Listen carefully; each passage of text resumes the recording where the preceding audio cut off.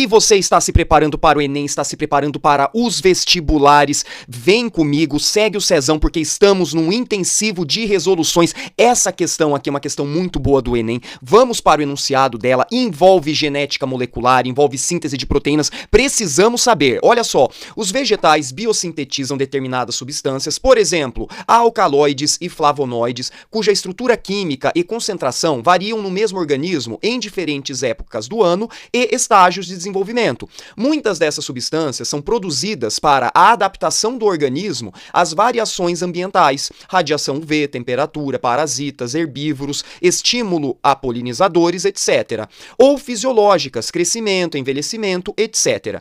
As variações qualitativa e quantitativa na produção dessas substâncias durante um ano são possíveis porque o material genético do indivíduo. Pessoal, é aquela dica que o Cezão sempre dá. Destaquem o que a questão quer saber. Olha só, de novo, as variações qualitativa e quantitativa na produção dessas substâncias durante um ano são possíveis porque o material genético do indivíduo. Ele citou lá em cima, ó, determinadas substâncias como alcaloides, como flavonoides.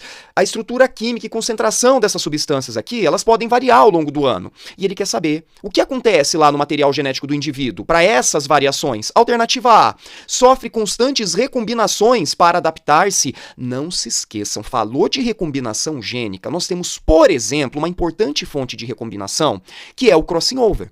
Porém, o crossing over, ele acontece na formação de células reprodutivas. O crossing over acontece lá na meiose 1, prófase 1. O estágio paquíteno da prófase 1 é que vai ocorrer o crossing over, que é a troca de braços cromossômicos entre cromossomos homólogos, lá na formação de esporos, lá na formação de células reprodutivas. Então não faz sentido falar de um indivíduo já formado, um indivíduo adulto, sofrer uma recombinação dessa. Tá fora a alternativa A. Alternativa B, muda ao longo do ano em diferentes fases da vida. Nossa, mas muda o quê? O material genético? Galera, não.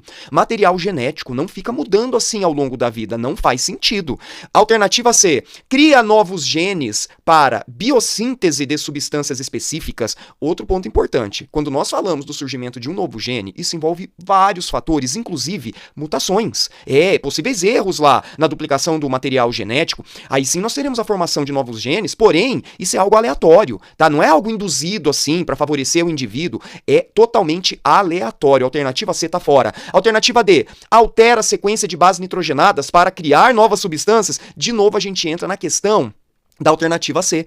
Pessoal, qualquer tipo de alteração, qualquer tipo de novo gene, alteração na sequência de bases nitrogenadas, alteração lá nos nucleotídeos, isso envolve mutações, tá? E de novo, as mutações são aleatórias. A maior parte das mutações vão trazer prejuízos para os seres vivos. Ah, todas as mutações? Não, tem uma menor parte que pode trazer benefício, mas a maior parte das mutações, elas trazem prejuízos para o indivíduo. Então a D também está fora. Sobrou o quê? A alternativa E. Possui genes transcritos diferentemente de acordo com cada necessidade. Pessoal, nossas células, as células de todos os seres vivos, as células somáticas que formam tecidos, independente se é um tecido vegetal, se é um tecido animal, as células somáticas carregam a mesma informação genética.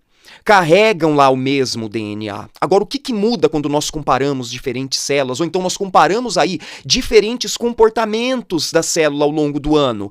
É o gene que está ativo e o gene que está inativo.